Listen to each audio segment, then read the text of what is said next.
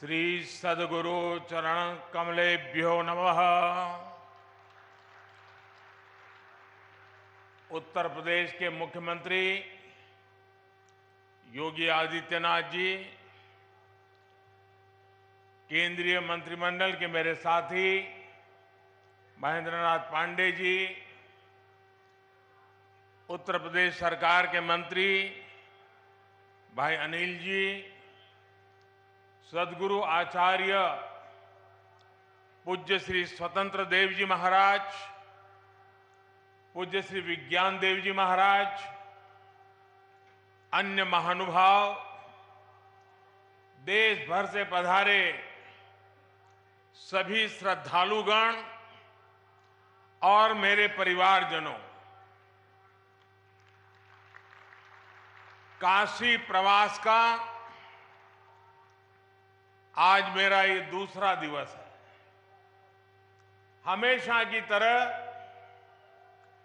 काशी में बीता हर क्षण अपने आप में अद्भुत होता है, अद्भुत अनुभूतियों से भरा होता है। आपको याद होगा 2 वर्ष पहले इसी तरह हम अखिल भारतीय विहंगम योग संस्थान के वार्षिकोत्सव में एकत्र हुए थे। एक बार फिर मुझे विहंगम योग संत समाज के शताब्दी समारोह के ऐतिहासिक कार्यक्रम में आने का अवसर मिला है। विहंगम योग साधना की ये यात्रा 100 वर्षों की अपनी अविस्मरणीय यात्रा पूरी की है। महर्षि सदाफल देव जी ने पिछली सदी में ज्ञान और योग की दिव्य ज्योति प्रज्वलित की थी। इन 100 वर्षों की यात्रा में इस दिव्य ज्योति ने देश दुनिया के लाखों करोड़ों लोगों के जीवन को परिवर्तित किया है। इस पुण्य अवसर पर यहां 25,000 कुंडीय स्वरवेद ज्ञान महायज्ञ का आयोजन भी हो रहा है। मुझे खुशी है, मुझे विश्वास है, इस महायज्ञ की हर एक आहुति से विकसित भारत का संकल्प और सशक्त होगा। मैं इस अवसर पर महर्षि सदाफल देव जी को श्रद्धापूर्वक नमन करते हुए उनके प्रति मेरे हृदयस्थ भावों को पूर्ण श्रद्धा के साथ समर्पित करता हूं। मैं उनकी गुरु परंपरा को अनवरत आगे बढ़ाने वाले सभी संतों को भी प्रणाम करता हूं। मेरे परिवारजनों, आप संतों के सानिध्य में काशी के लोगों ने मिलकर विकास और नवनिर्माण के कितने ही नए कीर्तिमान गढ़े हैं। सरकार, समाज और संतगण सब साथ मिलकर काशी के कायाकल्प के लिए कार्य कर रहे हैं। आज स्वरवेद मंदिर बनकर तैयार होना इसी ईश्वरीय प्रेरणा का उदाहरण है। ये महामंदिर महर्षि सदाफल देव जी की शिक्षाओं का, उनके उपदेशों का प्रतीक है। इस मंदिर की दिव्यता जितना आकर्षित करती है, इसकी भव्यता हमें उतना ही अचंभित भी करती है। इसलिए मंदिर का भ्रमण करते हुए मैं खुद भी मंत्र मुग्ध हो गया था। स्वरवेद मंदिर भारत के सामाजिक और आध्यात्मिक सामर्थ्य का एक आधुनिक प्रतीक है। मैं देख रहा था इसकी दीवारों पर स्वरवेद को बड़ी सुंदरता के साथ अंकित भी किया गया है। वेद, उपनिषद, रामायण, गीता और महाभारत आदि ग्रंथों के दिव्य संदेश भी इसमें चित्रों के जरिए उकेरे गए हैं। इसलिए ये मंदिर एक तरह से अध्यात्म, इतिहास और संस्कृति का जीवंत उदाहरण है। यहां हजारों साधक एक साथ विहंगम योग की साधना कर सकते हैं।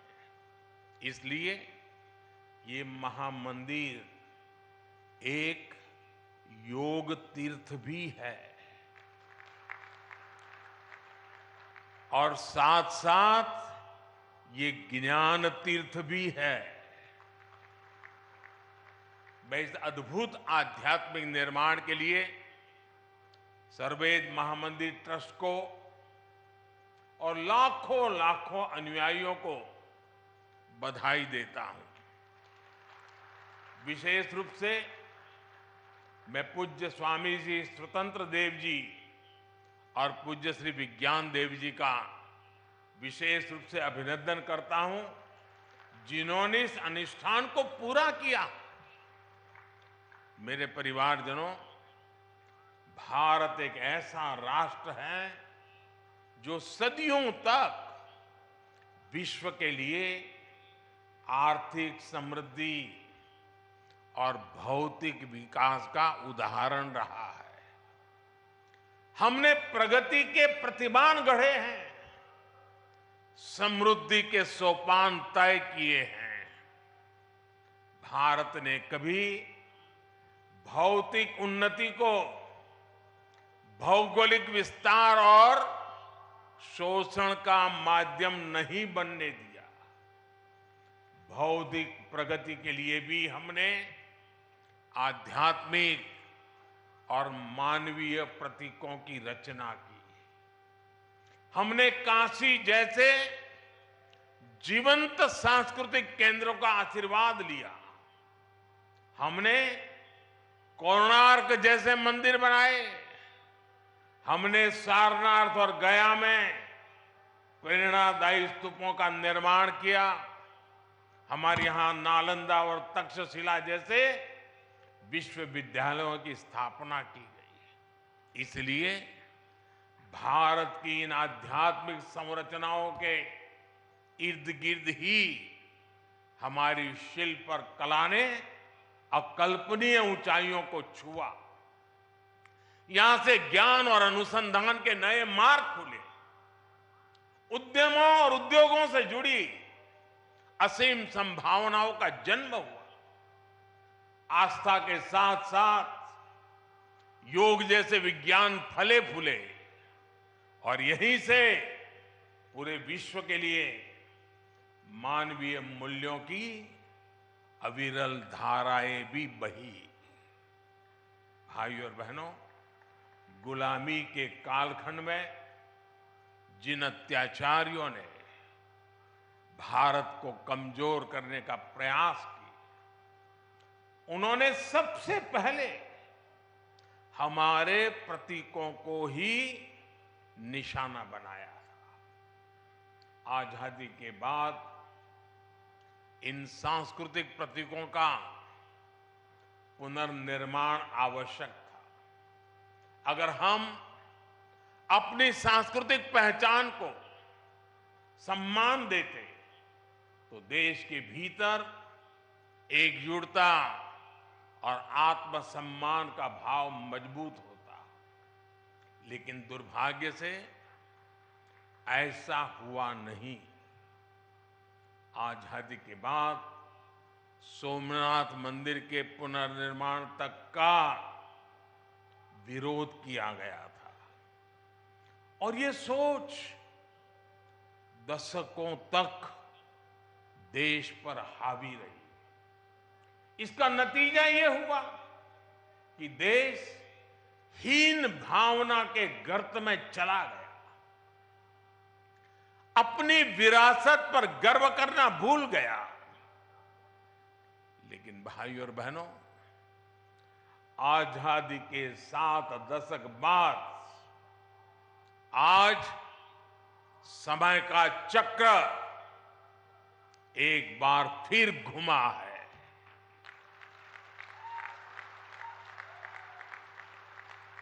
देश अब लाल किले से गुलामी की मानसिकता से मुक्ति और अपनी विरासत पर गर्व की घोषणा कर रहा है। जो काम सोमनाथ से शुरू हुआ था वो अब एक अभियान बन गया है। आज काशी में विश्वनाथ धाम की भव्यता भारत के अविनाशी वैभव की गाथा गा रही है। आज महाकाल महालोक हमारी अमरता का प्रमाण दे रहा है। आज केदारनाथ धाम भी विकास की नई ऊंचाइयों को छू रहा है। बुद्ध सर्किट का विकास करके भारत एक बार फिर दुनिया को बुद्ध की तपोभूमि पर आमंत्रित कर रहा है। देश में राम सर्किट के विकास के लिए भी तेजी से काम हो रहा है और अगले कुछ सप्ताह में अयोध्या में राम मंदिर का निर्माण भी पूरा होने जा रहा है। साथियों, हम समग्र विकास की ओर कदम तभी बढ़ा पाते हैं जब देश अपनी सामाजिक सच्चाइयों और सांस्कृतिक पहचान का समावेश करता है। इसलिए आज हमारे तीर्थों का विकास भी हो रहा है और भारत आधुनिक इंफ्रास्ट्रक्चर में नए रिकॉर्ड भी बना रहा है। आज देश में विकास की रफ्तार क्या है, इसकी झलक आपको अकेला बनारस ही दिखा देता है। काशी विश्वनाथ धाम ये परिसर का निर्माण हुए पिछले सप्ताह ही 2 साल पूरे हुए हैं। इसके बाद से बनारस में रोजगार और व्यापार कारोबार एक नई तेजी पकड़ चुका है। पहले एयरपोर्ट पर पहुंचते ही चिंता होने लगती थी कि शहर तक कैसे पहुंचेंगे। टूटी सड़कें, हर और अव्यवस्था, यही बनारस की पहचान थी। लेकिन अब बनारस का मतलब है विकास। अब बनारस का मतलब है आस्था के साथ आधुनिक सुविधाएं। अब बनारस का मतलब है स्वच्छता और बदलाव। बनारस आज विकास के अद्वितीय पथ पर अग्रसर है। वाराणसी में कनेक्टिविटी बढ़ाने के लिए पिछले लगभग 9 सालों में ऐतिहासिक कार्य हुए हैं। वाराणसी से सभी शहरों को जोड़ने वाली सड़कें या तो 4 लेन की हो गई हैं या फिर 6 लेन की बना दी गई है। पूरी तरह नई रिंग रोड भी बनाई गई है।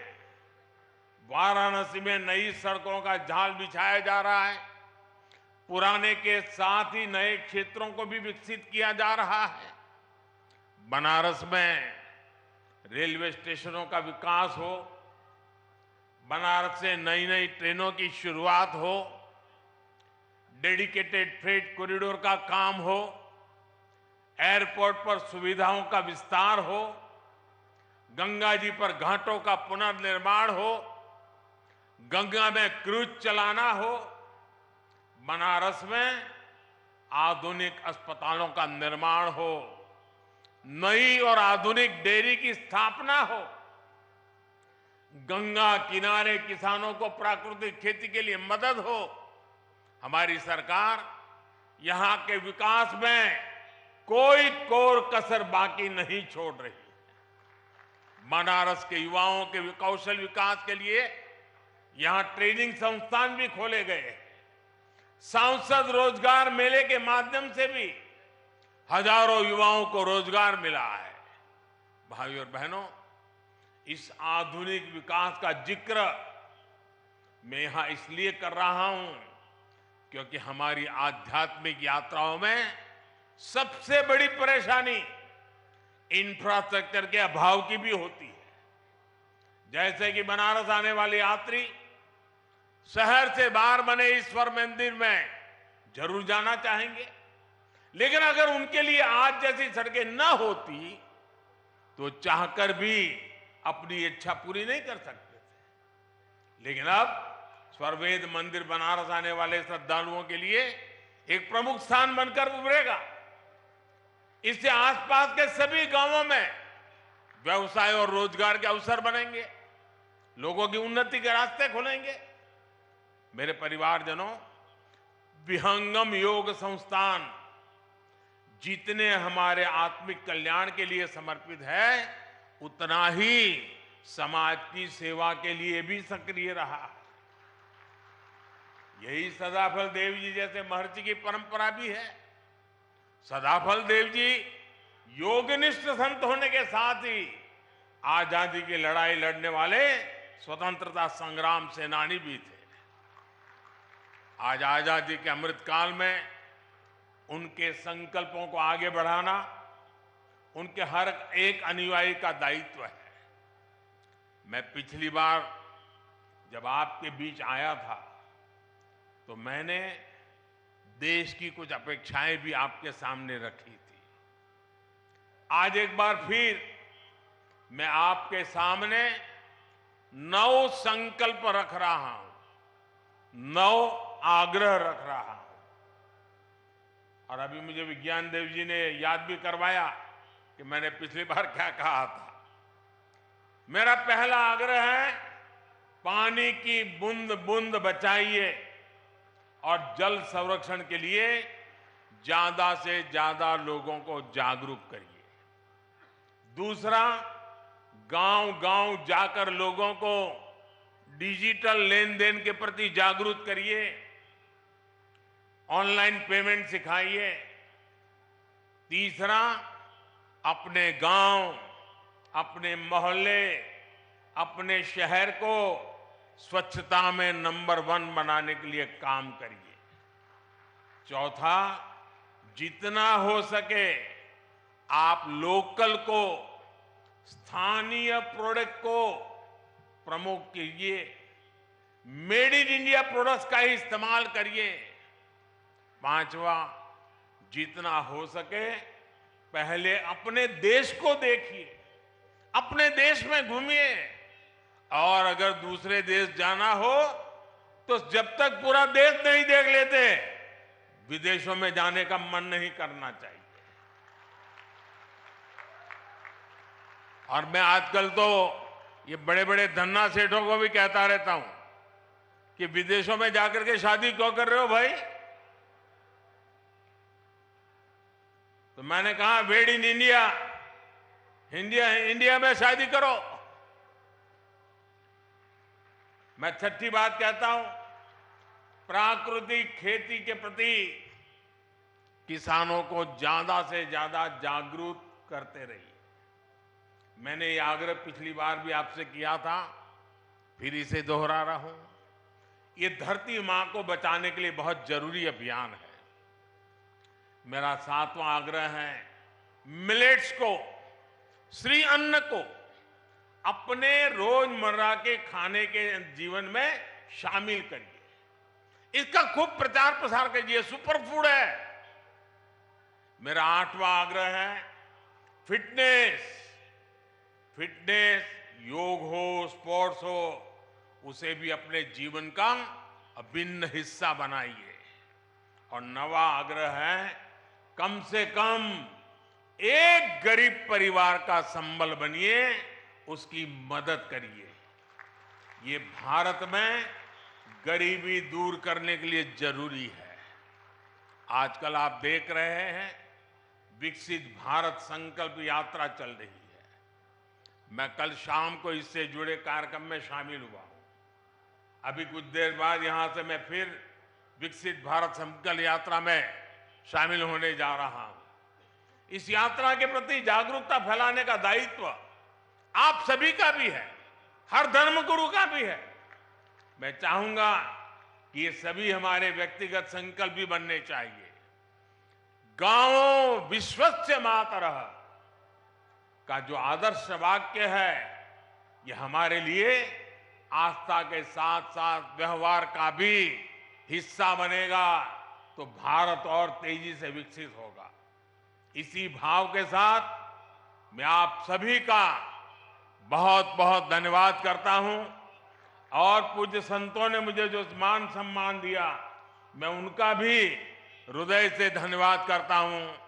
मेरे साथ बोले, भारत माता की, भारत माता की, भारत माता की। धन्यवाद।